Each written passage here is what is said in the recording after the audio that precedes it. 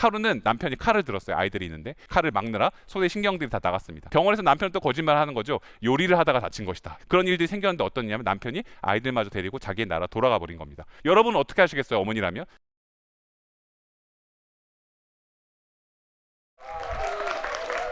네, 안녕하세요. 저는 공익법센터 어필 소개받은 비영리 NGO에서 공익변호사로 일하고 있는 이일이라고 합니다. 실제로 여러분들 로스쿨이나 아니면 다양한 곳에서 시험을 보시고 면접을 보면 100이면 100 법률가가 되고 싶은 목적은 사회 정의와 이렇게 어려운 사람들 돕기 위해서라고 모든 사람들이 대답을 합니다. 실제로 그런 고민을 하고 있던 제가 검사는 사실 성적에 맞지 않는 것 같더라고요. 되게 중요한 일이지만 사람들을 처벌하고 응징하고 하는 것들이 저희 성격에 맞지 않는다고 느껴졌고 판사는 너무너무 중요하지만 약하고 어려운 사람들에게 너무 멀리 떨어져 있다라는 느낌을 받았습니다. 대형 로펌에서 일하는 것도 너무 중요하지만 커다란 기업을 변호하는 것보다 조금은 목소리가 없는 아무도 옆에 있어주지 않으려고 하는 사람들의 목소리를 얘기해 주는 게 저는 더 보람차겠다고 생각했습니다. 그래서 예전에 생각했던 그 결심들을 해서 정말로 이제 그렇게 일을 해볼까? 어려운 사람들 돕는 일을 해볼까? 라는 결심을 조금씩 시동을 걸기 시작했는데 어떤 일이 생겼을까요? 많은 사람들이 말리기 시작했습니다. 저희 부모님만 해도 당장 이제 너는 법원에 가야 된다, 판사를 해야 된다라고 하셨던 부모님이 한국 사회에서 이력서에 한 줄 더 쓸 수 있는 것이 너에게 얼마나 큰 혜택인지 모르는데 그걸 왜 하려고 하냐라고 하시던지 갑자기 저에게 별로 말을 걸어주지 않던 친구들도 갑자기 막 연락을 하기 시작합니다. 어떤 얘기를 하냐면 야 이렇게 무책임한 행동을 하면 어떡하냐, 너의 가족을 돌봐야지, 무슨 NGO냐, 인생은 실전이야, 너 그렇게 낭만적으로 살 수 있는 거 아니야 라는 이야기를 사람들이 많이 해줬습니다. 그러나 저는 사실 그 당시 어떤 생각을 하게 되었냐면 정말 이제 당장 시작하면 안 될까라는 생각을 했습니다. 왜냐하면 평생 동안 너무나 많은 일들을 미루고 미뤄왔던 것들을 언제까지 난 미뤄야 하나라는 생각을 하게 되었기 때문이에요. 좀 돈을 적게 벌어도 좀 행복하게 살았으면 좋겠고 보람차고 의미 있는 일을 나중에가 아니라 지금 시작해야겠다라는 생각을 했습니다. 주변에 있는 분들도 많은 이제 도움과 안내를 주셨어요. 실제로 만약에 너가 다른 루트를 평범한 루트를 타고 이제 시작하게 된다면 그 나름대로의 삶의 길이 펼쳐지기 때문에 거기서 결국은 나오기가 어렵다라는 이야기도 친구들도 많이 해주셨습니다. 그리고 저도 살짝 고민도 많이 됐던 것 같아요. 지금 생각해도 혹시 돈을 너무 못 벌면 어떡하지? 지금 젊을 때 혈기로는 할 수 있는데 조금 나이가 들면 나중에는 국민연금만 바라보고 내가 과연 평생 어떻게 살 수 있을까? 가족들한테 무책임한 것은 아닐까? 라고 생각을 했었던 것 같습니다. 하지만 이제 지금 시작하지 않으면 안 되겠다라는 결심을 하고 그 당시에 있었던 여러 가지 공익변호사 단체들 찾다가 가장 매력적으로 여겨졌던 저희 공익보센터 어필에서 찾아서 일을 하기 시작했습니다. 저는 사실 그 당시에 난민에 대한 관심이 전혀 없었어요. 왜냐하면 난민을 만나본 적이 없잖아요. 난민을 본 적도 없고 그래서 저는 한국에 있는 모든 분들이 2018년에 예멘 난민들에 대해서 약간 낯설게 여기셨더라던가 난민이라는 이야기가 너무나 멀게 느껴지는 것을 너무나 완벽하게 이해할 수 있고 저도 그렇게 생각했습니다. 난민을 돕는다는 것은 그렇게 중요한 일이 아니었던 것 같고 한국 사회에 해야 될 일들이 훨씬 많은 것 같은데 이게 무슨 의미가 있을까라고 생각했던 것이 저의 이제 생각이었습니다. 처음에 제가 만났던 외국인 보호소에서 나이가 지긋하셨던 모하메드라는 분의 이야기를 먼저 들려드리려고 합니다.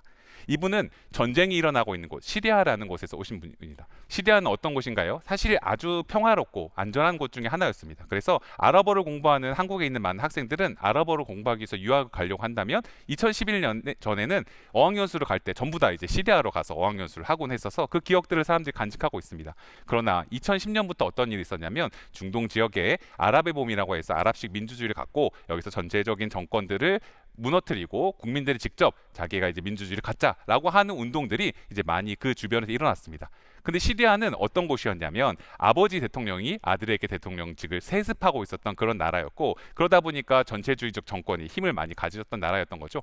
그런 상황에서 외국에서 다양한 나라들 정권이 실제로 아랍의 봄이라는 일 때문에 바뀌는 일들이 생기다 보니까 그 정권에서도 되게 긴장을 많이 하고 혹시 그런 이제 우리도 직선제를 하고 대통령을 직접 국민의 손으로 뽑자 이런 이야기를 하면 어떡하지라는 것에 긴장이 많이 되고 있던 상황이었습니다.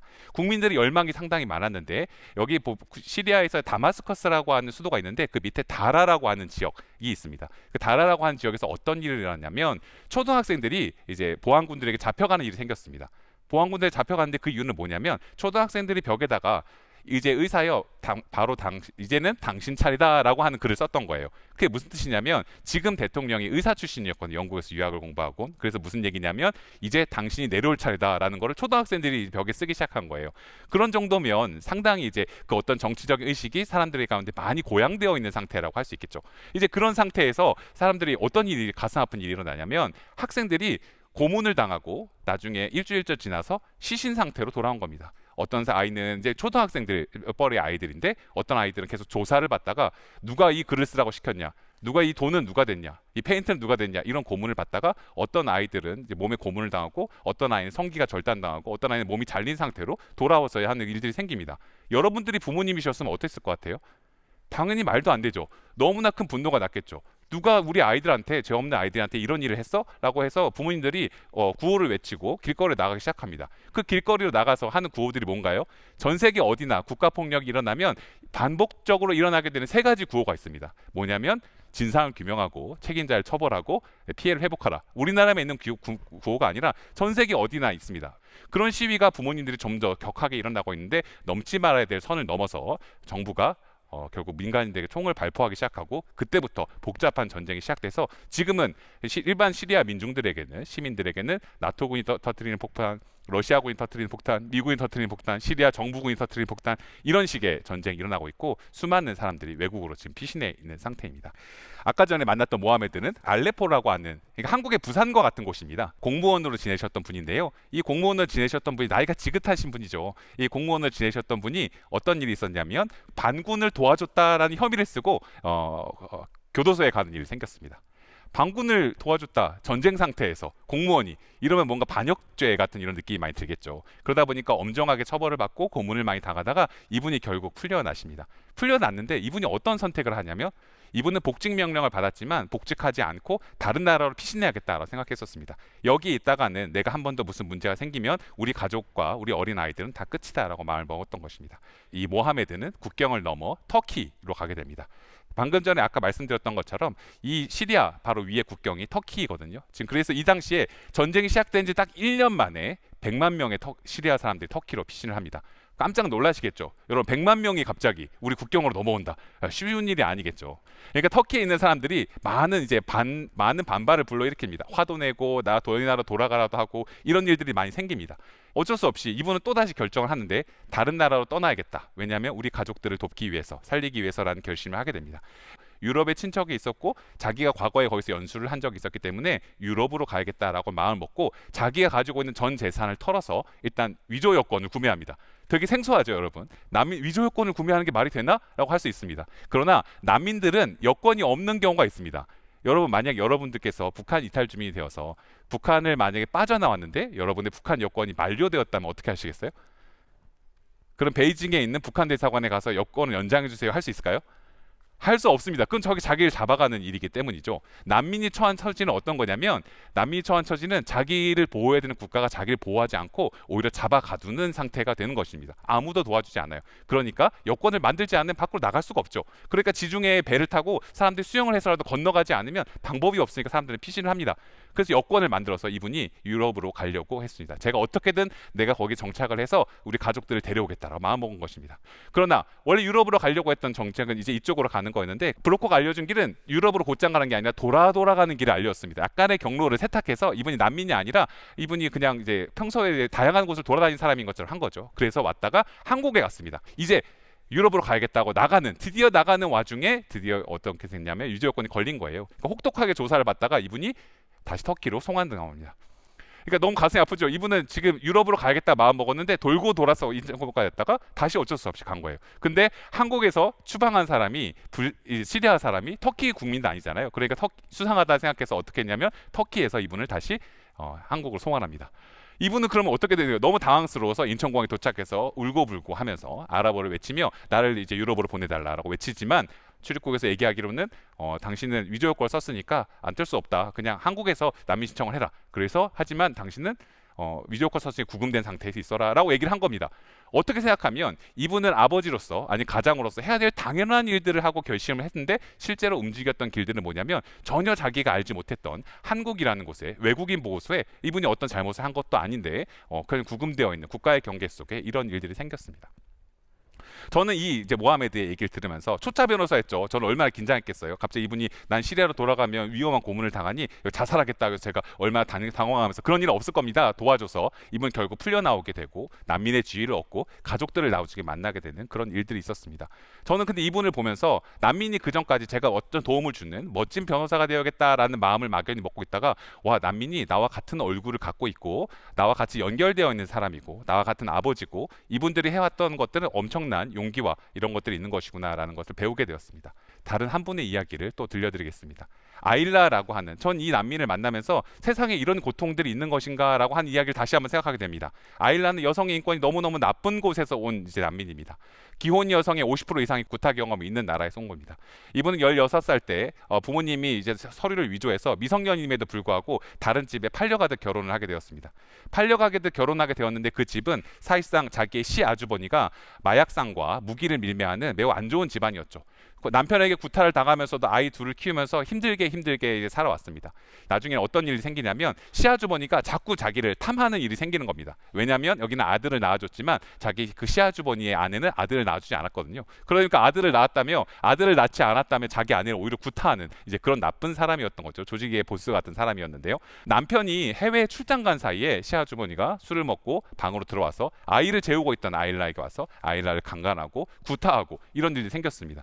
이분이 너무나 이제 슬프고 분노를 했지만 시어머니가 이분을 병원 데려갔는데 병원에서 어떻게 얘기하냐면 이거는 아무 상처가 아니다. 위에서 떨어져서 내린 상처다라고 시어머니 얘기하고 시어머니는 너가 문을 잘 잠그지 그랬어라고 얘기를 합니다. 말도 안 되는 얘기겠죠. 하지만 이분이 대단한 용기를 가지고 이분이 직접 경찰서에 가서 그 나라에서 경찰에 가더라도 이런 일들은 다 사건이 덮어집니다. 그래서 이분이 경찰서에 갔지만 경찰은 이것들을 잘 진행하지 않아요. 나중에 오히려 더 문제가 생겨서 돌아온 남편까지 문제가 되다 보니까 남편과 이제 이 남편과 아내는 아이들 데리고 한국으로 피신하게 됩니다. 한국으로 피신하게 됐는데 한국에 피신 난민 신청을 한 거죠. 왜냐하면 자기를 강간한 사람과 같이 살 수도 없고 끊임없이 자기를 이제 공격하고 있기 때문에. 더 비극적인 일이 여기서 터졌습니다. 한국에서 난민 신청을 하고 한국에서 피신해서 보호를 구하려고 했던 아일라에게 이 남편이 얼마 지나지 않아서 남편이 시어머니의 중재 끝에 자기 형 그러니까 시아주버니하고 화해를 해버린 것입니다. 너무 비극적이죠. 돌아가자. 이제 내 형이랑 다 화해했으니까 아무 문제 없는 것을 하고 돌아가자고 한 거겠죠. 그게 말이 되나요? 아일라에게? 어떻게 내가 그 얼굴을 보고 그 위험을 내가 값싸고 당신이 뭔데 내 마음도 용서해? 라고 얘 마음을 먹겠죠. 거절했는데 어떤 일이 생기냐면 남편이 또 한국에서 계속 이분을 구타하는 일들이 생기게 됩니다. 구타를 하다가 뜨거운 물을 붓고 아니면 뜨거운 물을 붓고 구타해서 온몸에 멍이 들고 이런 일이 반복되다가 하루는 남편이 칼을 들었어요. 아이들이 있는데 칼을 들어서 이분이 아일라가 손을 잡아서 이 칼을 막느라 손에 신경들이 다 나갔습니다. 피가 철철 흐르는 상태에서 이분이 어쩔 수 없이 이제 병원에 가게 되었고 병원에서 남편은 또 거짓말을 하는 거죠. 요리를 하다가 다친 것이다. 이런 얘기를 합니다. 이분이 수술을 했지만 손이 다 낫지 않았어요. 낫지 않은 상태에서 이분이 어떻게 됐냐면 나중에 경찰서에 조사를 받고 이제 깨어난 다음에 조사를 받고 이제 남편에게 처벌을 받아야겠죠. 당연히. 그런 일들이 생겼는데 어떤 일이냐면 남편이 아이들마저 데리고 자기 나라 돌아가 버린 겁니다. 이분은 결국은 남은 게 아무것도 없어요. 평소에 일찍 결혼해서 팔려가듯 결혼해서 자기들 아이들도 장애인도 있고 자기는 그다음 심각한 구타를 계속해서 오랜 동안 경험하고 이런 상태에서 남았던 이제 아일라가 한국에 덩그러니 아무도 알지 못하는 거 덩그러니 떨어져 있는 겁니다. 여러분은 어떻게 하시겠어요? 어머니라면 이분은 위험이 있지만 미친 듯이 아이들을 찾으러 자기 나라로 돌아갑니다. 돌아가지만 또다시 위협을 받고 쫓겨나서 한국에 와서 지금 추방될 위기에 있지만 제가 그 만나서 돕고 있는 일들이 있습니다. 한국 사회는 되게 어려운 곳입니다. 한국 사회는 앞으로 달려갈 것에 대해서 많이 얘기를 하고 다른 것에 대해서 매우 어색해하는 것이 한국 사회라고 생각합니다. 여러분들은 어떻게 경험하실지 모르겠지만 한국 사회는 다른 것을 다르다라고 얘기하지 않고 다른 것을 틀리다라고 합니다. 우리가 다르다는 거 틀리다고 얘기하고 다른 것으로 계속 벗어나면 거기서 이제 아웃될까봐 너무 두려워해서 계속해서 그 틀리지 않다라는 걸 증명하면서 자기가 살아야 되는 그것이 이제 한국 사회의 어떤 모습이라고 생각합니다. 저희들의 어떤 그런 잔인한 모습, 한국 사회가 갖고 있는 모습 속에 너무나 낯설어 보이는 얼굴을 갖고 있는 난민들이 되게 낯설게 보이고 어색하게 보이는 것은 저희들에게 사실 너무나 당연한 일이라고 생각합니다. 그러나 난민들은 너무나 낯선 사람이라든지 너무나 저희와 멀리 있었던 사람들이 아니고 오히려 제가 아일라에게 보았던 어머니의 모습 이나 모하메드에서 보았던 아버지의 모습처럼 우리와 너무나 똑같은 얼굴을 갖고 있고 너무나 용감한 어떤 면에서 우리 아버지, 어머니 그리고 우리의 형, 누나, 동생들이 사실 한국을 찾아와서 피신하고 구하고 있는 난민들이라고 저는 생각합니다. 어떠면 저는 그런 얘기도 들어요. 제가 이제 이런 일들을 계속해서 하고 인권 변호 활동을 하고 적은 돈을 받으면서 여러 가지 일들을 하고 있고 좀 독특한 길을 갖고 괴짜처럼 사람들에게 불리고 있다 보니까 사람들이 대단한 일을 하고 있는 것 같다라고 칭찬을 해주거나 이런 이야기를 하는 경우도 있습니다. 그러나 저는 그렇게 생각하지 않습니다. 제가 되게 대단한 일을 하고 있다고 생각하지 않고 오히려 난민들을 만나고 목소리가 없는 취약한 사람들의 옆에 서서 일을 하고 있다는 거, 목소리가 없는 사람들의 목소리를 대신해주기 위해서 제가 노력하고 살 수 있다는 거, 그리고 오히려 난민들을 만나서 이분들의 용기와 이분들이 삶에서 주었던 도전들을 한국 사회에서 알리고 살아갈 수 있게 된다는 것, 갇힐 수밖에 없는 사람들, 억울한 사람들 풀어주고 가족과 찢어질 수밖에 없던 다 풀어주고 억울하게 처벌받지 않아야 될 사람들 처벌받게 하고 이런 일들을 하게 된다는 것이 저는 너무 뿌듯하고 너무나 감사하고 행복하게 살고 있습니다. 제가 만약에 평범한 판검사의 길을 가고 평범한 대형 로펌의 길을 갔다면 더 안정적인 길을 선택하고 할 수는 있었겠지만 저는 매우 지루한 삶을 살았을 거라 생각합니다. 제가 지금 무엇을 하고 있었을까? 지금 옛날의 생각들을 돌아보면 상당히 두렵고 염려되는 점도 있습니다. 저는 그래서 여러분들께 여러분을 가슴을 떨게 하고 여러분들께 여러분들의 삶에서 도전을 주고 있는 일, 옆에서 우연히 다른 사람들이 야 그냥 그렇게 다르게 살지 말고 너 평소에 다른 사람이 하는 것처럼 똑같이 살아라고 말하고 권유하고 있는 사람들이 있지만 마음에 떨림을 주는 일, 바로 그 일을 여러분들께서 직접 시작하실 것을 요청드리고 여러분께 주변에 같은 우리와 같은 얼굴을 갖고 있는 난민들의 이야기에도 관심을 가져주시기를 부탁드립니다. 감사합니다.